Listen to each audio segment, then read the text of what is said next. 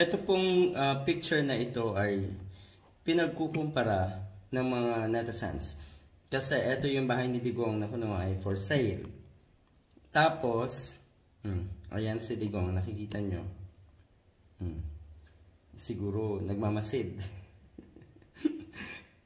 Drama eh. Kitang-kita. Obvious na ito daw ay front lang itong bahay na ito. Drama lang ng mga Duterte. At syempre, kasama sa drama na yan, etong si Hanilet at si Kitty Duterte, syempre. Diyan nga daw sila tumira. Napakalabo daw niyan, hindi din daw yan totoo.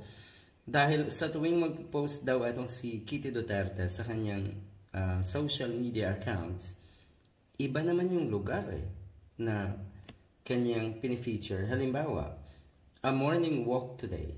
Mukhang hindi naman daw talaga, eto daw na place na ito ay medyo malayo doon sa pinapakita nila na kuno ay bahay na green nga ang gate. Hindi rin daw totoo na yun ay talagang for sale. Mukhang ang for sale daw ay yung sunod na bahay. Yun daw ang totoong for sale. Dahil ang totoo daw, wala na rin talagang nakatira dito noon pa, matagal na. Siguro ginagamit lang itong bahay nga na ito for publicity. Diba? Minsan makikita mo magkakasama itong si Digong at ang kanyang mga anak sa isang kama. Halimbawa, magpipicture taking, photo op. Yung tipong ganon. Kailangan nila ng ganito dahil sila po ay nagpo-project na sila ay mga simpleng tao.